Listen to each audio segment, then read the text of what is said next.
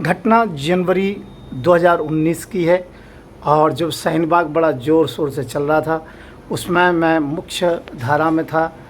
लगभग 250 से ऊपर अफसर मेरे ऊपर निगरानी कर रहे थे और मैं उन सब के अंतर्गत में जो कि मैट था और मेरे ऊपर भी काफ़ी लोग थे, जो हम एक दूसरे को ये नहीं पता था कि हम किसके ऊपर कौन हैं।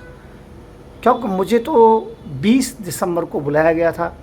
रात्रि को जब मुझे बुखार आ रहा था बहुत तेज़ी से, तो फ़ोन आया था दिल्ली से, हाई कमान ने मुझे बुलाया और ये काम सौंपा गया रात के 3:30 बजे। तो मैं उसे 20 दिसंबर ना कह के 21 दिसंबर की प्रातःकाल कहूँगा। और मुझसे कहा गया कि आपको शाहीन-बाग में जाना है, वहाँ पर मुस्लिम गतिविधियाँ हैं, आतंकवादियों की गतिविधियाँ हैं। तो मैं वहाँ पहुँचा, अपना बखूबी कार्य करता रहा। मोदी जी और अमित शाह जी को पानी पी पी करके कोसता रहा। मैंने मुसलमानों में अपनी पूरी पैठ बना ली थी।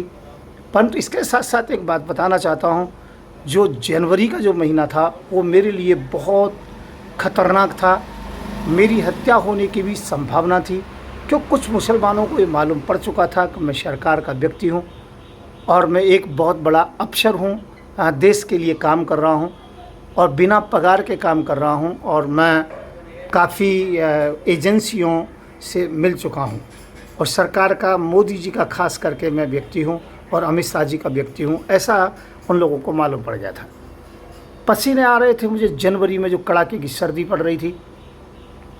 ड्रोन मेरे ऊपर चल रहा था। जामा मस्जिद में मुझे एंट्री करनी थी, सीढ़ियों से एंट्री की। पुलिस ने, कुछ बड़े अधिकारियों को सूचना थी ऊपर से, तो मुझे एंट्री करने दी। सुरक्षा में कुछ पुलिस अधिकारी भी बड़े बड़े मेरे साथ थे। लगभग 200 से 250 के लगभग जो कि कैमरे मेरे ऊपर थे, ड्रोन मेरे ऊपर था। इमाम बुखारी से मुझे मिलना था, नवाज़दा हो रही थी। मैं सीधा गया, मुझे सम्मान पूरा दिया गया। पर जो बड़े बड़े जो मुसलमान थे वो मेरे विषय में अच्छी प्रकार से जानते थे। मुझे डर था कि टीवी पूरा देश देख रहा है मुझे, मेरी पत्नी और बच्चे ना देखें। पर मेरे साथ वही हुआ। जब मेरे भाइयों ने, मेरे रिश्तेदारों ने, मेरे शिष्यों ने, मेरे बेटों ने, मेरी बेटी ने और जिस समय मेरी पत्नी ने मुझे देखा, तो उस समय ही वकील बुलाया, सालग्राम वकील, जो मेरे घर के वकील हैं। और पत्नी ने तत्काल डिवोर्स लिया। मेरे भाई ने और मेरे परिवार ने पूरे ने मुझे बेदखल कर दिया घर से। और मैं उसी दिन से घर से बेदखल कर दिया गया, जब तक उनको ये नहीं मालूम हुआ कि मैं देशभक्ति कर रहा हूँ। जब मैंने पूरी रिपोर्ट सौंप दी, तो उसके बाद में जब मेरा पूरा काम हुआ, तब मैंने परिवार को बताया। मेरी बात को नहीं माना, तो डायरेक्ट उन्होंने हाई कमान से मैंने बात कराई, उनसे मीटिंग कराई, तब उनको विश्वास हुआ मैं देश का काम कर रहा हूँ। तब मेरे परिवार ने पुनः मुझे अपनाया। मैं धन्यवाद देता हूँ अपने परिवार के लिए, देशभक्ति के लिए। और मैं आज बहुत खुश हूँ इस बात से कि मैं देश के लिए कुछ कर गुजर रहा हूँ। आप भी आइए देश के लिए।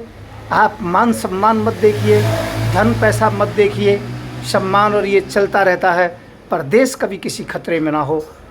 मुसलमान कितना भी पढ़ा लिखा क्यों ना हो, परंतु वो देश के लिए गद्दार होता है, इसमें कोई शंका नहीं है। आइए इन गद्दारों से भारत को मुक्त कराएं। मैं हूँ संत युवराज, संस्थापक हिंदू राष्ट्र, और मैं कौन सा पद पर हूँ सरकार में, ये मैं आपको बता नहीं सकता हूँ।